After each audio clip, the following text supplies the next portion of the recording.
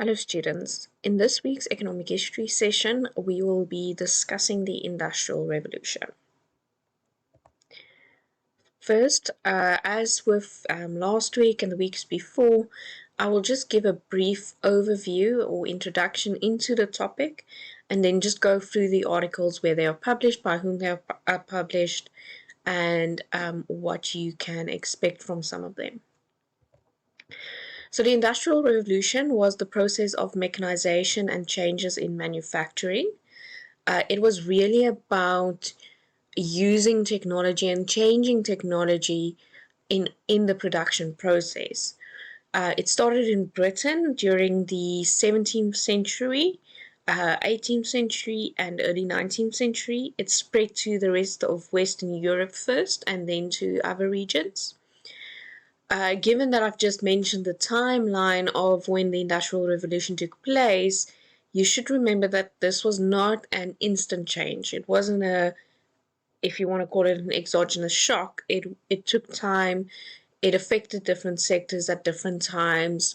It was a while before some of the technology was implemented into one sector, and then again, it was maybe later implemented into another sector in a different way. What I really like about the Industrial Revolution is how it used science and research in expanding production. For example, you'll see a lot about the steam engine in some of the articles that you read. That was one of the important technologies that came to the forefront. It made a big difference in seafaring at the time, but also in clothing manufacturing and other sectors as well. So it was really important for production and economic outcomes. So there are 4 industrial revolutions, as you all might be aware. So this I just pulled from the World Economic Forum website. You can look at this. You can see you can just click on the link in your PDF. You see the little hand changes, and it will take you to this website. Then, so the first one was all about steam and water in the mechanization process of production. The second started incorporating electricity. The third one started using electronics and information technology to automate production. And then the fourth one is the one we are currently in, where the lines are blurred between the physical, the digital, and the biological spheres of our existence. So you can really think about where different parts of the world truly is in all of these stages of industrialization and production. The first article is Robert Allen. Professor Robert Allen is one of the main experts on the Industrial Revolution. He's written quite extensively on it, especially about why the Industrial Revolution happened in Britain and not somewhere else. He used to be affiliated with Oxford University, but he is now at the Abu Dhabi, New York University campus. So this was in the Economic History Review. We've seen this before. So again, it's a very popular journal for economic historians. In this paper, he discusses wages in England before and during the Industrial Revolution. His main theory is that wages and the lack of labor or lack of land and labor in Britain was one of the main causes. He argues that this unique structure in England, the unique wage structure in England, as well as the limited land resources, was the reason why the revolution took place in Britain. So Jan de Vries is a popular Dutch economic historian. Many of my Dutch colleagues cite him extensively, knows him quite well. So this is in the Journal of Economic History. Again, it's another popular top economic history journal. It has an impact factor of 1.68. You'll see another article in this with much higher. So this is why I mentioned these, so you can get a sense of the importance of the journals that we use. So in this article, he studies what he calls the Industrious Revolution and premises that the Industrious Revolution was necessary for the Industrial Revolution to take place. The Industrious Revolution is really looking at household work and household distribution of work and ethics and how that influences access to labor markets. He also refers to other eras like the Scientific Revolution and the Enlightenment eras that also preceded the Industrial Revolution. North and Weingast is a slightly different article for this session. Douglas North won the Nobel Prize for his work on institutions. He passed away quite recently, I think it was 2019, but I stand corrected. Barry Weingast is at Stanford University in San Francisco.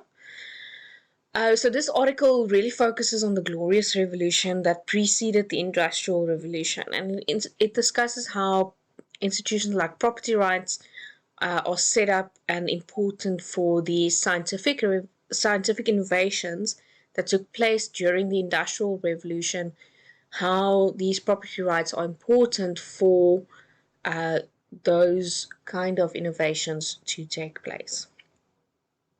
I could have prescribed this article for you either under institutions or property rights as well. Pomeranz, 2002. So Kenneth Pomeranz is based at the University of Chicago. He writes a lot about the Great Divergence.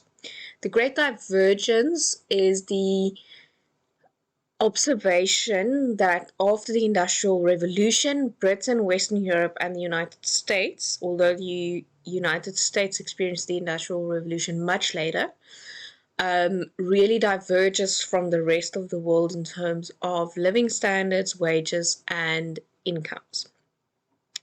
So in this article, he really compares the European experiences with the Chinese experiences during the Industrial Revolution.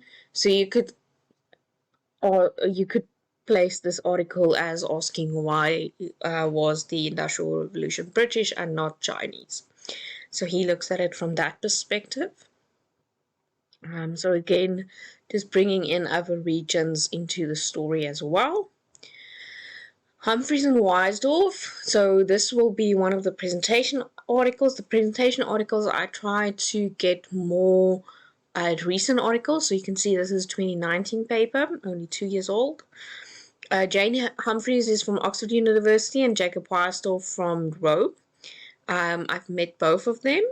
The Economic Journal is a very good economics journal. It's not just a good economic history journal, it's a good economics journal. And here you see the impact factor is much higher.